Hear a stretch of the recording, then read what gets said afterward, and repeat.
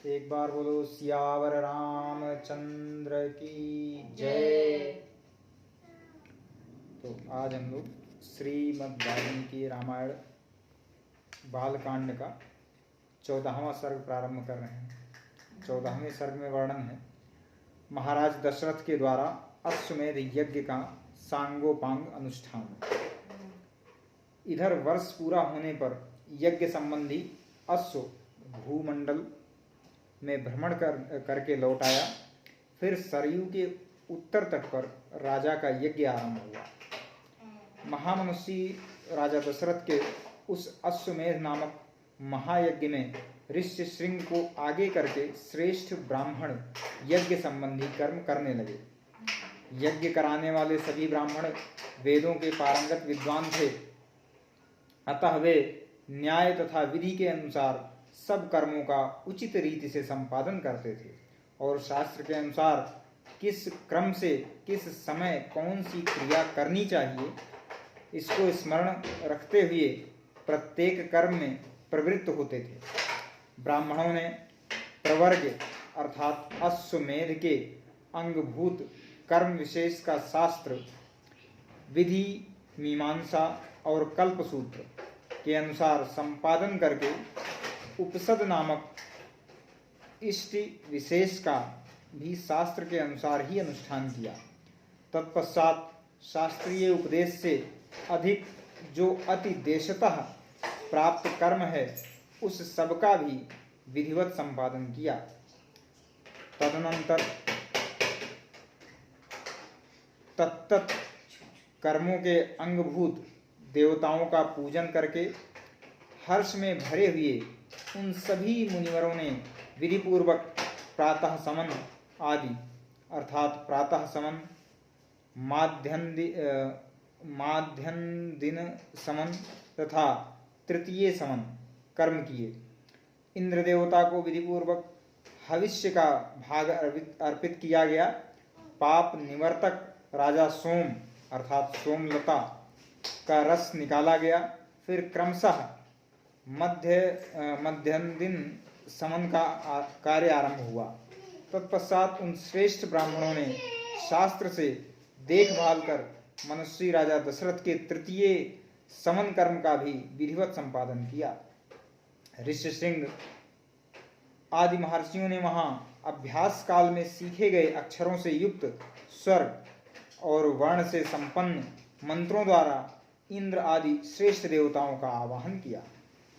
मधुर एवं मनोरम सामगान के लय में गाए हुए आह्वान मंत्रियों द्वारा देवताओं का आवाहन करके होताओं ने उन्हें उनके योग्य हविष्य के भाग समर्पित किए।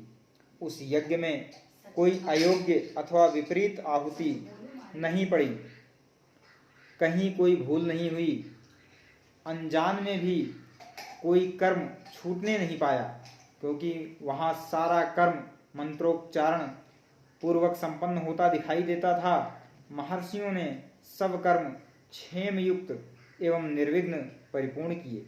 यज्ञ के दिनों में कोई भी ऋत्विज थका मादा या भूखा प्यासा नहीं दिखाई देता था। उसमें कोई भी ब्राह्मण ऐसा नहीं था जो विद्वान न हो अथवा जिसके 100 से कम शिष्य या सेवक रहे हों। उस यज्ञ में प्रतिदिन ब्राह्मण भोजन करते थे, क्षत्रिय और वैश्य भी भोजन पाते थे तथा शूद्रों को भी भोजन उपलब्ध होता था। तापस और श्रमण भी भोजन करते थे। बूढ़े रोगी स्त्रियां तथा बच्चे भी यथेष्ट भोजन पाते थे। भोजन इतना स्वादिष्ट होता था कि निरंतर खाते रहने पर भी किसी का मन नहीं भरता था। अन्न दो, नाना प्रकार के वस्त्र दो, अधिकारियों की ऐसी आज्ञा पाकर कार्यकर्ता लोग बारंबार वैसा ही करते थे। वहां प्रतिदिन विधिवत पके हुए अन्न के बहुत से पर्वतों जैसे ढेर दिखाई देते थे। महामनुष्य राजा दशरथ के उस यज्ञ में नाना देशों से आए हुए स्त्री पुरुष अन्न पान द्वारा भली भांति तृप्त किए गए थे। श्रेष्ठ ब्राह्मण भोजन विधिवत बनाया गया है, बहुत स्वादिष्ट है, ऐसा कहकर उनकी ऐसा कहकर अन्न की प्रशंसा करते थे। भोजन करके उठे हुए लोगों के मुख से राजा सदा यही सुनते थे कि हम लोग खूब तृप्त हुए, आपका कल्याण हो। वस्त्र आभूषणों से अलंकृत हुए पुरुष ब्राह्मणों को भोजन परोसते थे और उन लोगों की जो दूसरे लोग सहायता करते थे, उन्होंने भी विशुद्ध मणिमय कुंडल धारण कर रखे थे। अच्छा, बीच में एक शब्द आया था सोम या सोमलता, इसका अर्थ है, इस विषय में सूत्रकार का वचन है, सोमम राजानाम दृशदि निधाय दृशब्दिर्भिहन्यात्, अर्थात राजा सोम अर्थात सोमलता को पत्थर पर रखकर पत्थर से कूचे। सोमलता का जो पत्थर है उसको पत्थर पर ही रख करके दूसरे पत्थर से कूचे, तब वो सोम बनता है या सोम का रस निकलता है उससे। तो एक समन समाप्त करके दूसरे समन के आरंभ होने से पूर्व जो अवकाश मिलता था, उसमें उत्तम वक्ता धीर ब्राह्मण एक दूसरे को जीतने की इच्छा से बहुतेरे युक्तिवाद उपस्थित करते हुए शास्त्रार्थ करते थे। उस यज्ञ में नियुक्त हुए कर्म कुशल ब्राह्मण प्रतिदिन शास्त्र के अनुसार सब कार्यों का संपादन करते थे। राजा के उस यज्ञ में कोई भी सदस्य ऐसा नहीं था जो व्याकरण आदि 6 अंगों का ज्ञाता न हो, जिसने ब्रह्मचर्य व्रत का पालन न किया हो तथा जो बहुश्रुत न हो। वहां कोई ऐसा द्विज नहीं था जो वाद विवाद में कुशल न हो। जब यूप खड़ा करने का समय आया, तब बेल की लकड़ी के 6 यूप गाड़े गए। उतने ही खैर के यूप खड़े किए गए तथा पलास के भी उतने ही यूप थे जो बिल्व निर्मित यूपों के साथ खड़े किए गए थे। बहेड़े के वृक्ष का एक यूप अश्वमेध यज्ञ के लिए विहित है। देवदारू के बने हुए यूप का भी विधान है, परंतु उसकी संख्या न 1 है न 6 है। देवदारू के 2 ही यूप विदित हैं। दोनों बाहें फैला देने पर जितनी दूरी होती है, उतनी ही दूर पर वे दोनों स्थापित किए गए थे। यज्ञ कुशल शास्त्रज्ञ ब्राह्मणों ने ही इन सब यूपों का निर्माण कराया था। उस यज्ञ की शोभा बढ़ाने के लिए उन सब में सोना जड़ा गया था। पूर्वोक्त 21 यूप 21 अरत्नी, अरत्नी का अर्थ है तथा च सूत्रम चतुर्विंशत्यंगुल यो अरत्नि, अर्थात एक अरत्नि 24 अंगुल के बराबर होता है। एक अरत्नि 24 अंगुल के बराबर होता है। तो अरत्नि अर्थात 504 अंगुल, यानी 21 अरत्न का मतलब हो गया 504 अंगुल, क्योंकि एक अरत्न में होते हैं 24 अंगुल। तो पूर्वोक्त 21 यूप 21 अरत्न ऊंचे बनाए गए थे। उन सबको पृथक पृथक 21 कपड़ों से अलंकृत किया गया था। कारीगरों द्वारा अच्छी तरह बनाए गए वे सभी सुदृढ़ यूप विधि पूर्वक स्थापित किए गए थे। वे सब के सब 8 कोणों से सुशोभित थे। उनकी आकृति सुंदर एवं चिकनी थी। उन्हें वस्त्रों से ढक दिया गया था और पुष्प चंदन से उनकी पूजा की गई थी। जैसे आकाश में तेजस्वी सप्त ऋषियों की शोभा होती है, उसी प्रकार यज्ञ मंडप में भी वे दीप्तिमान यूप सुशोभित थे। सूत्र ग्रंथों में बताए अनुसार ठीक माप के ईंटें तैयार कराई गई थीं। उन ईंटों के द्वारा यज्ञ संबंधी शिल्प कर्म में कुशल ब्राह्मणों ने अग्नि का चयन किया था। राजसिंह महाराज दशरथ के यज्ञ में चयन द्वारा संपादित अग्नि की कर्मकांड कुशल ब्राह्मणों द्वारा शास्त्र विधि के अनुसार स्थापना की गई। उस अग्नि की आकृति दोनों पंख और पुच्छ फैलाकर नीचे देखते हुए पूर्वाभिमुख खड़े हुए गरुण की सी प्रतीत होती थी। सोने की ईंटों से पंख का निर्माण होने से उस गरुण के पंख सुवर्णमय दिखाई देते थे। प्रकृति अवस्था में चित्त अग्नि के 6 प्रस्तर होते हैं, किंतु अश्वमेध यज्ञ में उसका प्रस्तार 3 गुना हो जाता है। इसलिए वह गरुणाकृति अग्नि 18 प्रस्तारों से युक्त थी।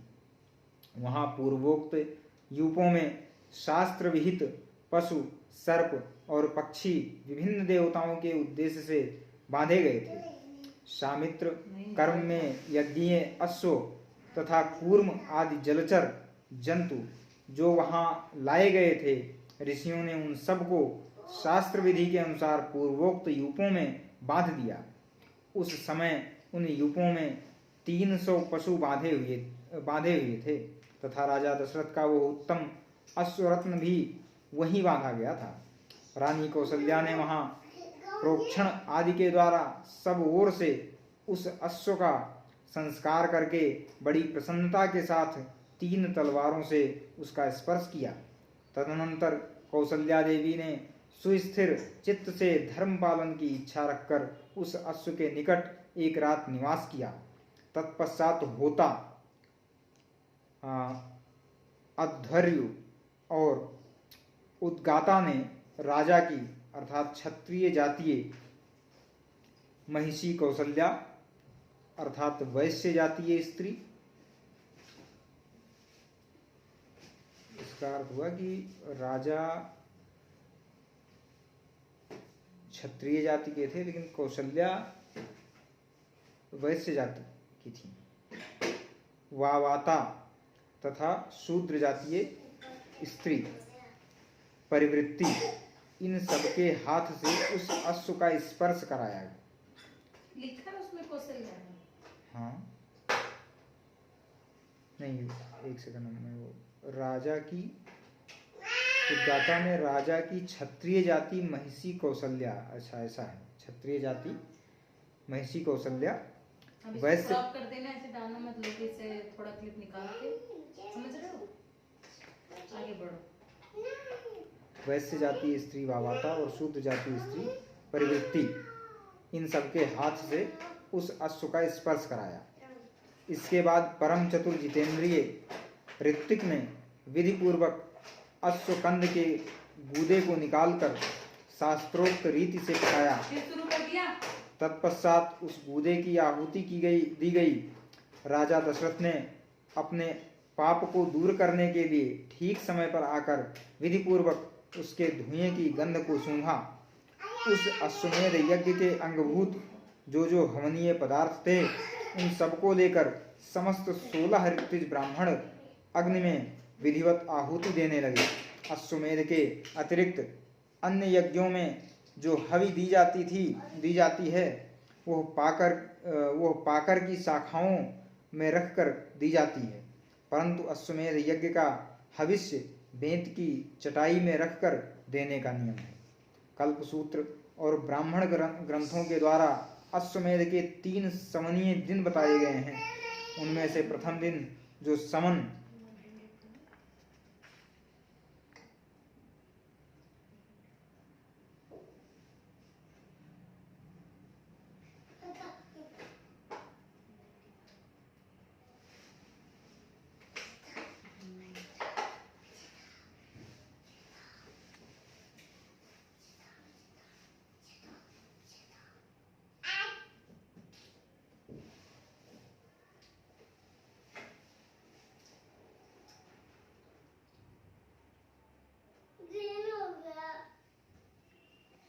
अच्छा, बीच में जो हमें कंफ्यूजन हुआ था उसमें उसका वर्णन यहाँ दिया गया है कि जाति के अनुसार नाम अलग अलग होते हैं।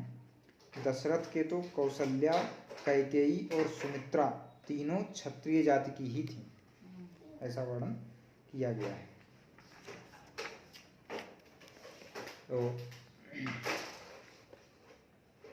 उनमें से प्रथम दिन जो समन होता है उसे चतुष्टोम अर्थात अग्निष्टोम कहा गया है। द्वितीय दिवस साध्य समन को उक्त नाम दिया गया है तथा तीसरे दिन जिस समन का अनुष्ठान होता है उसे अतिरात्र कहते हैं। उसमें शास्त्रीय दृष्टि से विहित बहुत से दूसरे दूसरे क्रतु भी संपन्न किए गए। ज्योतिष्टोम आयुष्टोम यज्ञ 2 बार अतिरात्र यज्ञ, 5वां अभिजीत, 6ठा विश्वजित तथा 7वें 8वें आप्तोर्याम, ये सब के सब महाक्रतु माने गए हैं, जो अश्वमेध के उत्तर काल में संपादित हुए।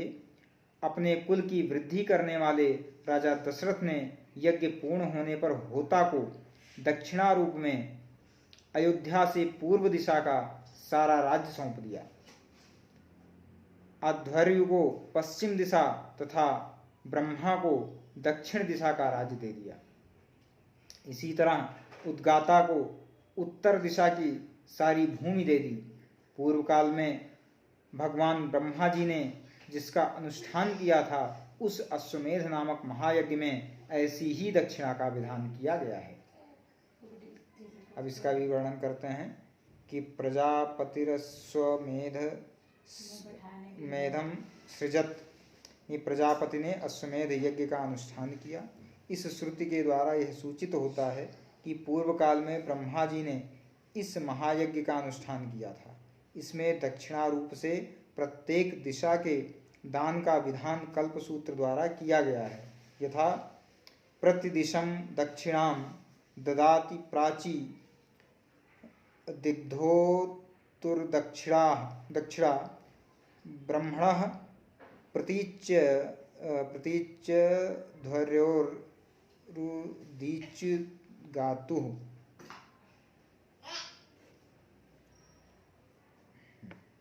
यानी इसमें दिशा के अनुसार जो दक्षिणा है वो देने का विधान है कि कौन सी दिशा किसको दान में देनी है। यहाँ एक चीज लिखा गया, प्रतिदिशाम दक्षिणाम ददाति प्राची, और प्रतीची है ब्राह्मण के लिए। यहाँ जो वर्णन करते हैं कि पूर्व काल में भगवान ब्रह्मा जी ने इसका अनुष्ठान किया था, इसी दक्षिणा का विधान है।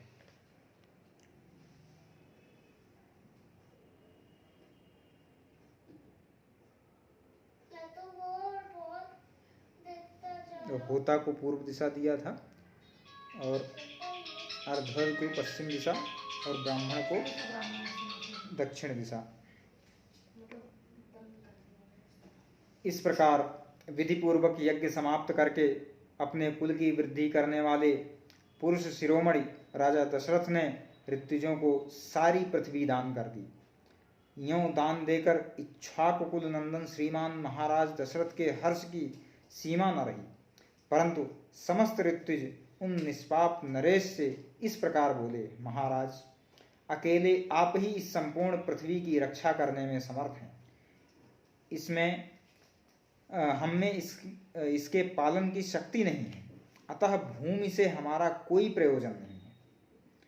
भूमिपाल, हम तो सदा वेदों के स्वाध्याय में ही लगे रहते हैं। इस भूमि का पालन हमसे नहीं हो सकता, अतः आप हमें यहाँ इस भूमि का कुछ निष्क्रय मूल्य ही दे दें। नृपश्रेष्ठ मणि, रत्न, स्वर्ण, गौ अथवा जो भी वस्तु यहाँ उपस्थित हो, वही हमें दक्षिणा स्वरूप दे दीजिए। इस धरती से हमें कोई प्रयोजन नहीं है। वेदों के पारगामी विद्वान ब्राह्मणों के ऐसा कहने पर राजा ने उन्हें 10 लाख गवें प्रदान की, 10 करोड़ स्वर्ण मुद्रा तथा उससे 4 रजत मुद्रा अर्पित की। तब उस समस्त ऋत्विजों ने एक साथ होकर वो सारा धन मुनिवर ऋष्य सिंह तथा बुद्धिमान वशिष्ठ को सौंप दिया। तदनंतर उन दोनों महर्षियों के सहयोग से उस धन का न्यायपूर्वक बंटवारा करके वे सभी श्रेष्ठ ब्राह्मण मन ही मन बड़े प्रसन्न हुए और बोले, महाराज, इस दक्षिणा से हम लोग बहुत संतुष्ट हैं। इसके बाद एकाग्रचित्त होकर राजा दशरथ ने अभ्यागत ब्राह्मणों को 1 करोड़ जाम्बूनद सुवर्ण मुद्राएं बांटी। सारा धन दे देने के बाद जब कुछ नहीं बच रहा, तब एक दरिद्र ब्राह्मण ने आकर राजा से धन की याचना की। ये प्रसंग सुनिएगा। एक दरिद्र ब्राह्मण ने आकर राजा से धन की याचना की। उस समय उस रघुकुल नंदन नरेश ने उसे अपने हाथ का उत्तम आभूषण उतार कर दे दिया। तत्पश्चात जब सभी ब्राह्मण विधिवत संतुष्ट हो गए, उस समय उन पर स्नेह रखने वाले नरेश ने उन सबको प्रणाम किया। प्रणाम करते समय उनकी सारी इंद्रियां हर्ष से विह्वल हो रही थीं। पृथ्वी पर खड़े हुए उन उदार नरवीर को ब्राह्मणों ने नाना प्रकार के आशीर्वाद दिए। तदनंतर उस परम उत्तम यज्ञ का पुण्य फल पाकर राजा दशरथ के मन में बड़ी प्रसन्नता हुई।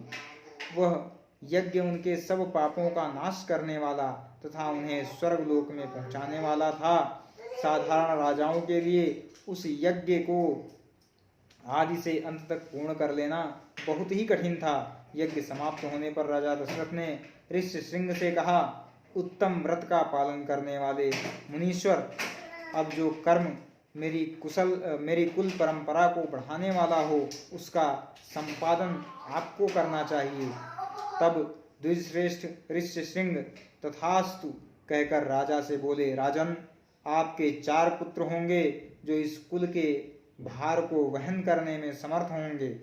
उनका यह मधुर वचन सुनकर मन और इंद्रियों को संयम में रखने वाले महामना महाराजा दशरथ उन्हें प्रणाम करके बड़े हर्ष को प्राप्त हुए तथा उन्होंने ऋष्यशृंग को पुनः पुत्र प्राप्ति कराने वाले कर्म का अनुष्ठान करने के लिए प्रेरित किया। इस प्रकार श्री वाल्मीकि निर्मित आर्ष रामायण आदि काव्य के बालकांड में 14वां सर्ग पूरा हुआ। बोलो सियावर रामचंद्र की जय। इससे आगे हम लोग कल श्रवण करेंगे 15वां सर्ग।